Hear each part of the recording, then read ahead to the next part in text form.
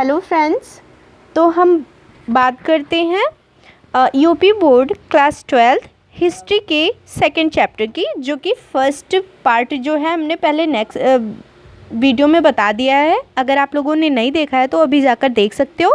और ये सेकंड मतलब पार्ट है, पार्ट 2 में हम बताने वाले हैं। यहाँ तक हमने फर्स्ट पार्ट में बता दिया था, तो अब हम सेकंड पार्ट स्टार्ट करते हैं, जो कि है अशोक के धम्म के प्रमुख उपदेश। अशोक ने धम्म के बारे में अपने जो प्रमुख उपदेश दिए थे उसके बारे में हम जानेंगे। पहला है बड़ों के प्रति आदर करना, दूसरा है सन्यासियों और ब्राह्मणों के प्रति उदारता, तीसरा है सेवकों और दासों के साथ उदार व्यवहार, चौथा है दूसरे के धर्म और परंपराओं का आदर करना। ठीक है। मौर्य प्रशासन व्यवस्था।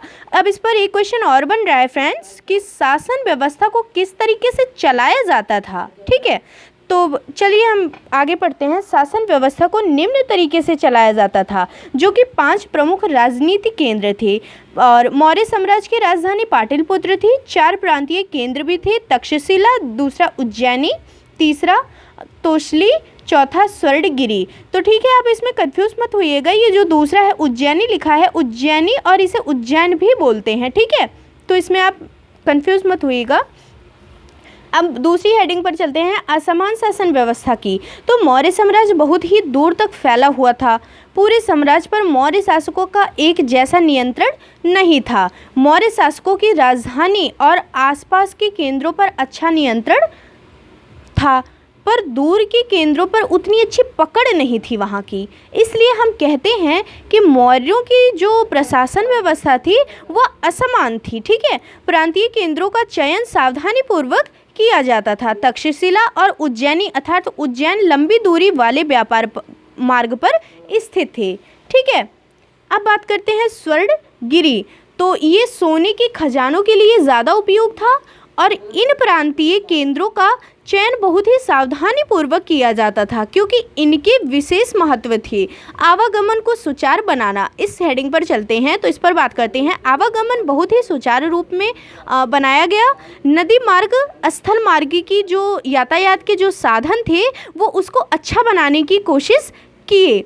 आवागमन नदी मार्ग तथा स्थल मार्ग से सुचारू बनाया गया। अब बात करते हैं एक समिति तथा 6 उपसमिति की। तो मेगास्थनीज, जो कि इंडिका मतलब इनकी रचना है, जो एक यूनानी राजदूत था मौर्य साम्राज्य में आया था, उसे मेगास्थनीज नाम से जानते हैं। तो उसने अपने इंडिका नामक पुस्तक में एक समिति और 6 उपसमिति का उल्लेख किया था, जिसमें 6 उपसमिति के कार्य निम्नलिखित हैं। पहला उपसमिति जो थी वो नौसेना का संचालन करती थी, और दूसरी उपसमिति जो थी वो खान पान और यातायात का संचालन करती थी। तीसरी जो थी वो पैदल सैनिकों का संचालन करती थी। चौथी जो थी अश्वरोहियों अर्थात जो घुड़सवारी लोग होते हैं उन्हें अश्वरोही बोला जाता है। ठीक, अश्वरोहियों का संचालन करती थी, उसकी देख रेख करती थी। ठीक है, और 5वां है रथरोहियों। ठीक है, जो रथ सवार लोग होते थे उन्हें रथरोहियों बोला जाता है, रथरोहियों का संचालन करती थी। और 6वां है हाथियों का संचालन करती थी अर्थात उनकी देखभाल करती थी। ये 6 उपसमिति हैं जो मौर्य प्रशासन के साम्राज्य में मावी जाती हैं। तो अब नेक्स्ट पेज पर हम चलते हैं,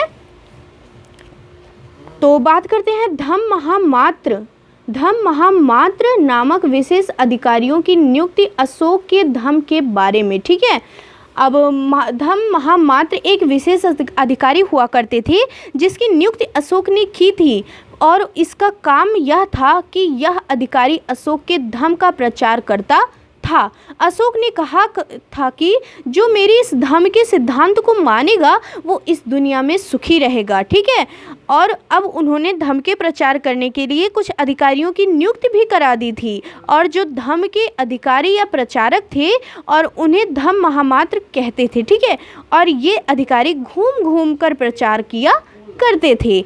अब बात करते हैं मौर्य साम्राज्य कितना महत्वपूर्ण था। ये main important very important question बन रहा है। ठीक है, तो इसके आंसर पर थोड़ा फोकस करते हैं। मौर्य साम्राज्य बहुत ज़्यादा महत्वपूर्ण था। अच्छी मूर्ति कला थी यहाँ पर, परिश्रम तथा शक्तिशाली शासक हुआ करते थे, बड़ी उपाधियाँ का प्रयोग हुआ करता, मतलब जो बड़ी बड़ी उपाधियाँ होती थी उनका प्रयोग नहीं होता था। ठीक है, अब मौर्य साम्राज्य ने अपने नाम के आगे कोई उपाधि नहीं लगाई थी। ठीक, कम महत्वपूर्ण क्यों माना जाता था। अब ये दूसरा क्वेश्चन बन रहा है। पहला क्वेश्चन तो ये बना कि मौर्य साम्राज्य कितना महत्वपूर्ण था। अब दूसरा क्वेश्चन बन रहा है कि कम महत्वपूर्ण क्यों माना जाता था या मौर्य साम्राज्य। ठीक है, तो फर्स्ट पॉइंट इसका बन रहा है बहुत ही कम वर्ष चला, केवल 150 साल तक शासन चला। मौर्य साम्राज्य केवल उत्तरी भारत तक सीमित रह पाया और दक्षिणी भारत में इनकी अच्छी पकड़ नहीं थी। अब दक्षिण के राजा और सरदार, तो अब हम इसे पार्ट 3 में मिलते हैं। ठीक है, नेक्स्ट वीडियो में। Okay, bye.